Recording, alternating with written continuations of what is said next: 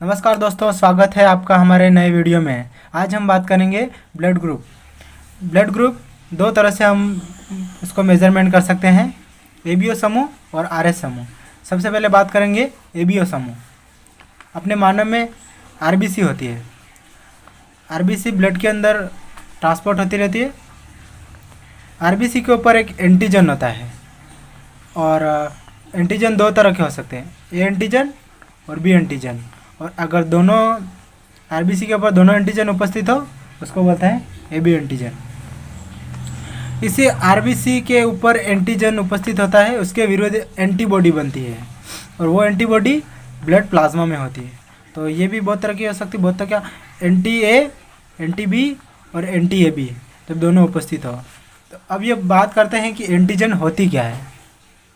Antigen यानी कि RBC की सतह पर उपस्थित होती है, ब्लड ग्रुप का पता लगाते हैं इससे, और इसके विरुद्ध एंटीबॉडी बनती है। यानी कि इसके लिए अपन को बात याद रखनी है कि एंटीजन आरबीसी के ऊपर उपस्थित होती है और एंटीबॉडी रक्त प्लाज्मा में उपस्थित होती है। यानी कि ये प्लाज्मा दिख रहा है, वहाँ पे एंटीबॉडी होगी और आरबीसी की सतह के ऊपर एंटीजन होगी। और एंटीबॉडी तभी बनेगी जब कोई एंटीजन होगा, यानी कि एंटीजन के विरुद्ध एंटीबॉडी बनती है। समझ गए। इसके बाद आता है अपना रक्त समूह। किस किस के ऊपर कैसी एंटीजन और एंटीबॉडी बनेगी ये बता रखा है। तो सबसे पहले देखते हैं कि ये रक्त समूह, ये ब्लड ग्रुप होता है, उसके आरबीसी के ऊपर एंटीजन, अब यहाँ पे आपको बता रखा पूरा। ये देखिए आरबीसी है, इसके ऊपर एंटीजन ए है। अगर एंटीजन ए है तो इसके विरुद्ध क्या बनेगा, एंटीबॉडी बी। आरबीसी है, इसके ऊपर एंटीजन बी है तो इसके विरुद्ध क्या बनेगी, एंटीबॉडी ए। आरबीसी है, इसके ऊपर एंटीजन ए एंड बी दोनों हैं। अब ये ए एंड बी दोनों हैं, अब दोनों एंटीजन है तो इसके विरुद्ध कोई एंटीबॉडी नहीं बनेगी, क्योंकि दोनों एंटीजन उपस्थित है तो इसके विरुद्ध एंटीबॉडी नहीं बनेगी। और आरबीसी, उसके ऊपर कोई एंटीजन नहीं है।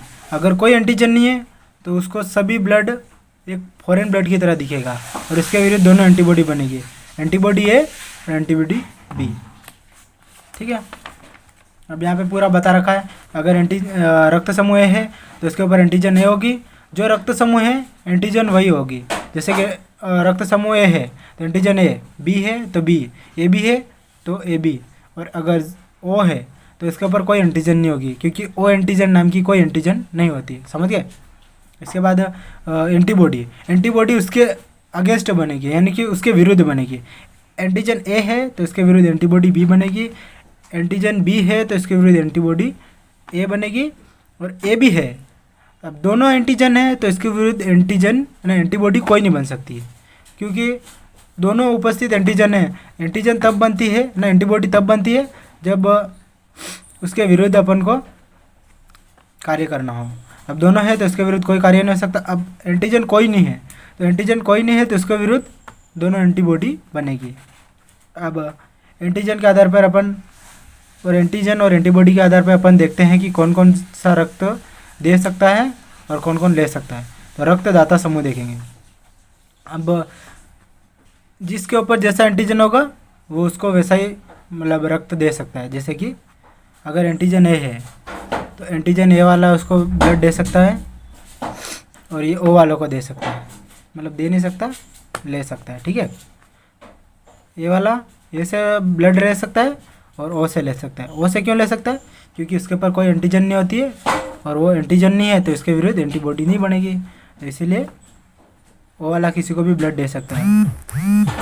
अब इसके बाद आता है बी वाला बी से ले सकता है और ओ से ले सकता है। ए बी वाला सबसे ले सकता है, क्योंकि उसके पास कोई एंटीजन दोनों उपस्थित होती है तो इसके विरुद्ध कोई एंटीजन ना एंटीबॉडी नहीं बनती है। समझा। एंटीजन एंटीबॉडी में कंफ्यूज मत हो जाना, क्योंकि एंटीजन वो होती है जो आरबीसी के ऊपर उपस्थित होती है और एंटीबॉडी उसके विरुद्ध बनती है। तो समझ आ गया। ठीक है, ये सिस्टम ऐसे कार्य करता है। अब यहाँ से अपन एक कंक्लूजन निकालते हैं कि कौन सा ब्लड है वो सबको ब्लड दे सकता है और कौन सा है वो सबसे ले सकता है। अब यहाँ पे आप देख रहे हैं ये O blood group, O blood group, O blood group, O blood group, ये सभी को ब्लड दे रहा है। यानी कि सर्वदाता, यानी कि यूनिवर्सल डोनर। और ए बी है, ये ए बी ये सबसे ले सकता है, तो ये सर्वग्राही यानी कि यूनिवर्सल रेसिपिएंट, यानी किसी से भी ब्लड ले सकता है। समझ में आ गया।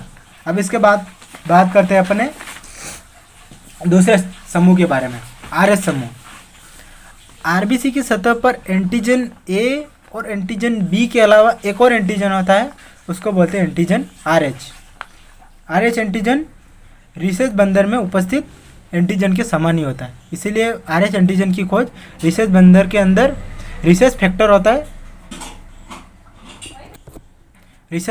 है, उसके आधार पर की गई।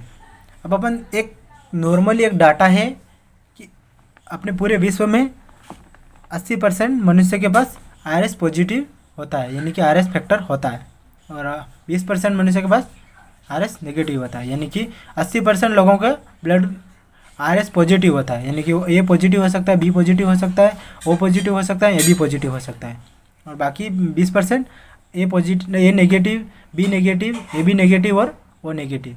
ठीक है। आर एस नेगेटिव को नेगेटिव ब्लड अपन पॉजिटिव ब्लड नहीं दे सकते।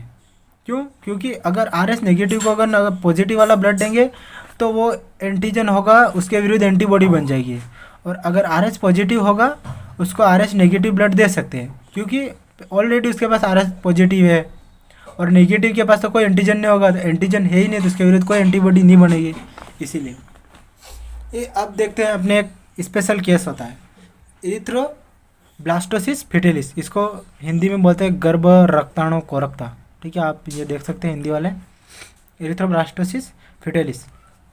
अब किसी मदर होती है या कोई फीमेल है, आर एस नेगेटिव की है फीमेल, आर एस नेगेटिव वाली फीमेल आर एस नेगेटिव वाले मेल यानी कि जो उसका हस्बैंड होता है उससे मैरिज करती है, तो उसके नॉर्मल बच्चे पैदा होते हैं। और वही आर एस नेगेटिव वाली फीमेल अगर आर एस पॉजिटिव वाले मेल से अगर मैरिज करती है तो इसके अंदर ये कंडीशन होती है। आप देखते हैं कि ये मेनली होती कैसे है और ये कार्य कैसे करता है।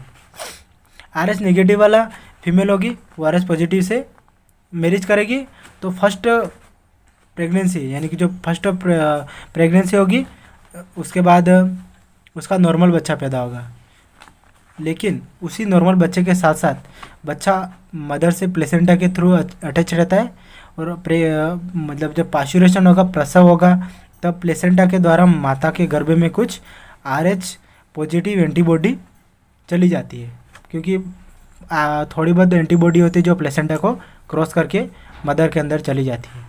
अब तब नॉर्मल बच्चा पैदा हुआ तो ज़्यादातर लोगों को ध्यान नहीं रहता है कि ऐसा कुछ हो सकता है, तो तब तो सब कुछ नॉर्मल ही रहेगा, लेकिन प्रॉब्लम होगी सेकेंड प्रेगनेंसी के टाइम। अब सेकेंड प्रेगनेंसी होगी तो वो पॉजिटिव वाला मेल होगा और नेगेटिव वाली मदर होगी, उनका मतलब भ्रूण होगा वो भी आर एस पॉजिटिव वाला होगा।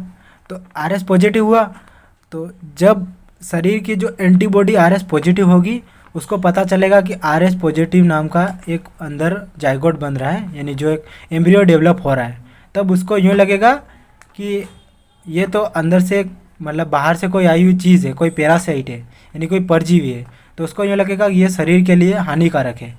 तो तभी आर एस पॉजिटिव जो एंटीबॉडी होगी वो उसके ऊपर अटैक करेगी, और उसके ऊपर अटैक करेगी तो उसको मतलब उस बच्चा होगा उसको खून की बहुत ज़्यादा कमी हो जाएगी, या पोलियो के चांस हो जाएंगे, या उसकी डेथ हो सकती है।